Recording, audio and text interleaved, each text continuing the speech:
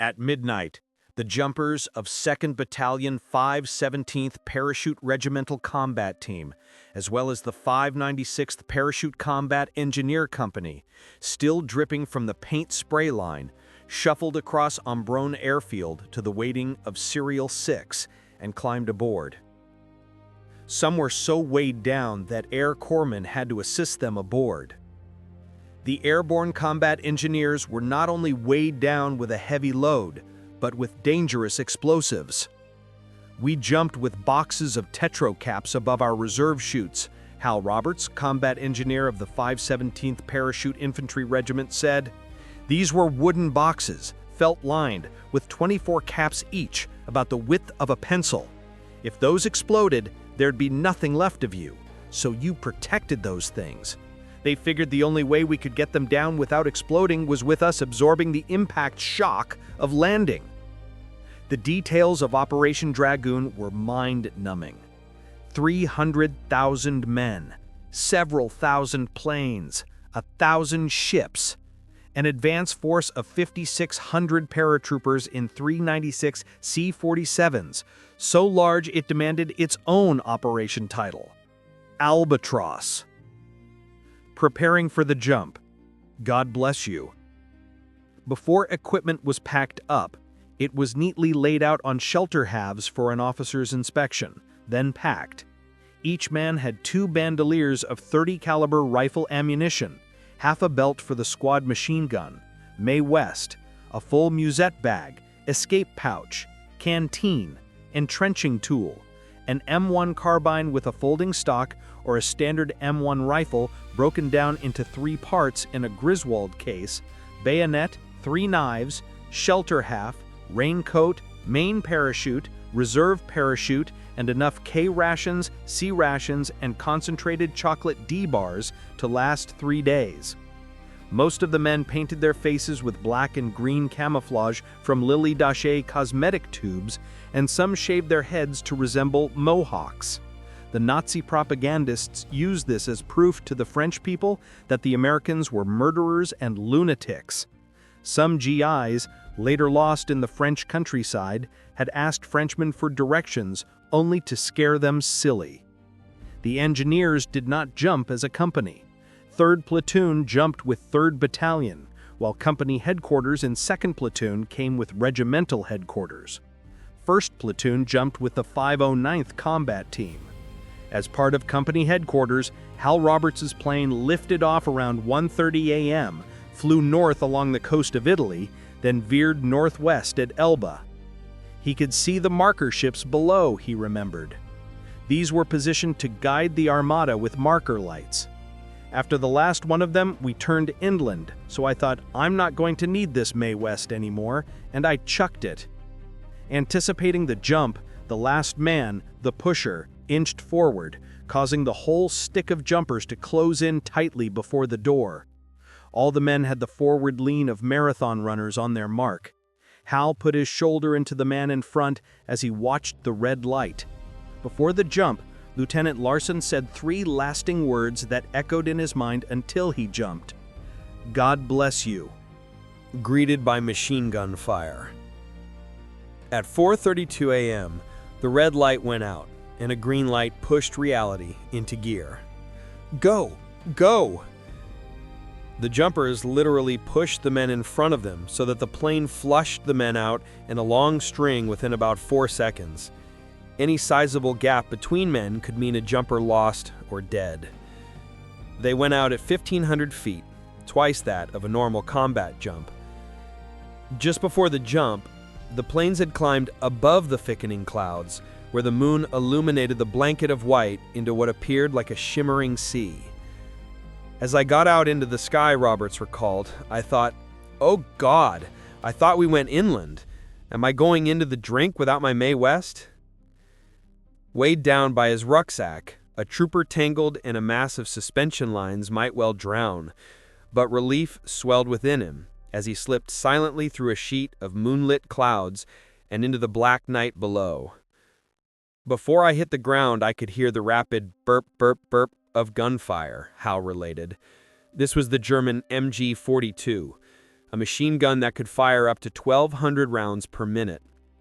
Instead of emitting the familiar bup-bup-bup-bup of the American M2 50 caliber machine gun, it emitted the sound of ripping canvas, a buzzsaw, or a protracted belch. "I crash-landed in the bushes," said Hal. "I didn't know what I was in or where I was, but there was lots of burp gun fire. And they fire so fast, I thought, this is not good." Hal had landed in a vineyard in the town of Lemu, miles away from his planned drop zone and the rest of headquarters company. Row after row of low-growing grapevines striped the rock-hard soil and ran lengthwise between a road and a dry riverbed. All around him were pockets of gunfire and shouting men, all veiled in darkness. "I wasn't able to double up due to a bush that was jammed into the parachute backpack, so I couldn't get my chute off," he said. So Hal called out for help to any jumper who might be in the next row of low-level shrubs. The MG-42 immediately ripped through his area. The only thought to rush through his head was, "They're shooting at me. I can't believe they're shooting at me." Fear paralyzed him. Adrenaline shot through his veins. Clyde Hoffman, who had been right behind Hal in the jumping stick, crashed in the distance and in Hal's row of grapevines. Hoffman crawled to his position. "You all right? You hit?" "No, I'm okay, but this is one hell of a way to greet visitors." "Hey, are you flipping your wig? I can't get out of my chute." Hoffman took out his trench knife and cut away at the harness material. "Wait a minute, you're cutting me!" Hal grimaced, pushing at the edge of a whisper. Rounds were tearing up the bushes all around them, since Hal's white chute, draped clearly over the shrub, marked his position. Soon he was free, and they moved under the only cover the orchard would afford at a low crawl, lower than a snake's belly, low so that your helmet is plowing a trough for you to crawl through, low so that your waistband scoops dirt into your underwear and you don't care, just as long as the German machine gun does not find you. Every time Hal pulled his leg up to move, it bumped his entrenching tool and the sound invited more fire. The Germans were listening very intently. He ditched it and his rucksack. They were too big. Any sound made the enemy machine gun come alive, and each man's insides recoiled with the thought that any one of those rounds had his name on it.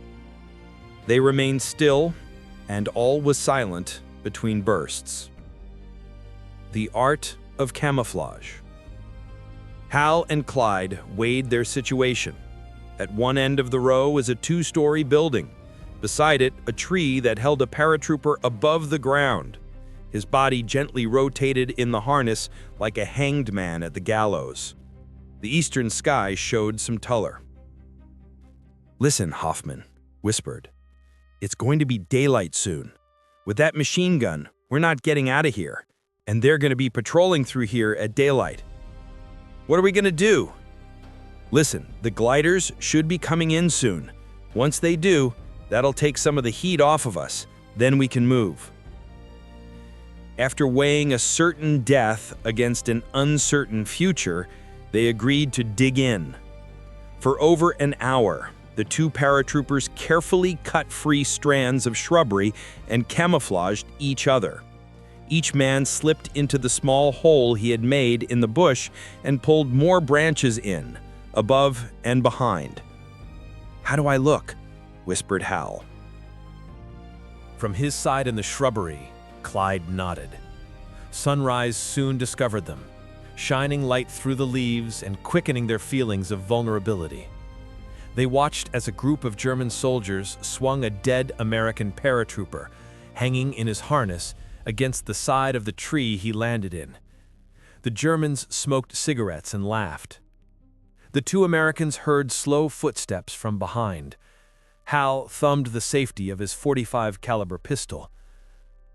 A pair of boots and the muzzle of a rifle came into view. The Germans' leather soles crushed pebbles into the soil. Hal shifted only his eyes into the next row where Hoffman lay, hoping Clyde's camouflage resembled that of his own. The faceless Nazi passed them by. Hal thought the soldier would hear his thumping heart. After what seemed an eternity, they slowly crawled free of the vines so that anyone watching the rows could not detect movement.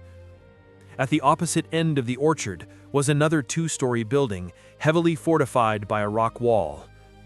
Hal motioned to Hoffman to go toward the riverbed.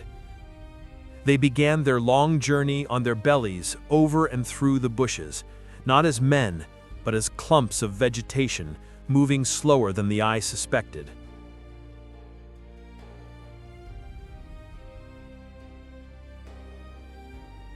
Taking out an MG-42 team. They found other 5/17th jumpers, dead.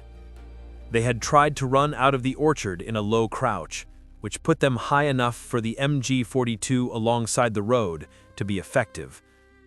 The gun had worked the whole orchard that night. From the last row of grapevines, they spotted the riverbed. The rocks were white as snow, Hal recalled. We'd have been dead before 2 steps. They turned back and crawled past the fortified building. A sentry on top of the building looked out over the orchard and the surrounding countryside, then turned and disappeared for a few moments, only to return. They found a pattern to the guard's boredom, and they moved during his absence. With dead ends on 3 sides, that left only one option: the road, which was protected by the machine gun emplacement. They slowly moved their way into a position alongside the road where they could view it. It took 6 hours to crawl this route of a few hundred yards at a snail's pace with hearts beating time. 2 German soldiers manned the machine gun, a triggerman and a beltman, who also had to frequently change barrels on a weapon with such a high rate of fire. They focused their gun over the open field and into the hills where activity was increasing.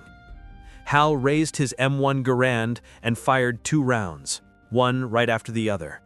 They were so close that he did not even use his sights. The triggerman fell, then his assistant.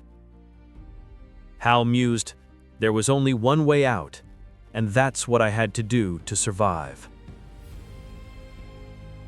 Rendezvous with the British.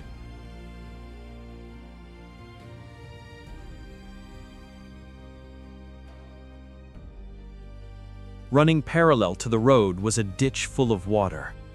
Had they known about it from the beginning, it would have saved them hours of low crawling.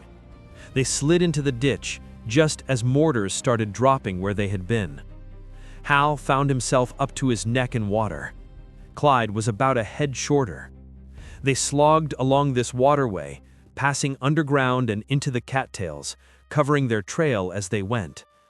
After being in the cold water so long, the sun-warmed cattails felt wonderful. We came across this little French kid, 10 years old or so, Hal recalled. He came up to me and grabbed my arm and kissed my shoulder patch. He said, "L'anglais est là," pointing the way, and I said, "Merci." We made our way over there and met up with 40 Brits commanded by an English major. They had been running into trouble, so I told them, "You're going to have clear going because there was a machine gun there that's not there anymore." They said, "Yank, come on aboard." Hoffman and I didn't have our packs. We had left them in the orchard and donated them to the enemy. So the English gave us food and ammunition.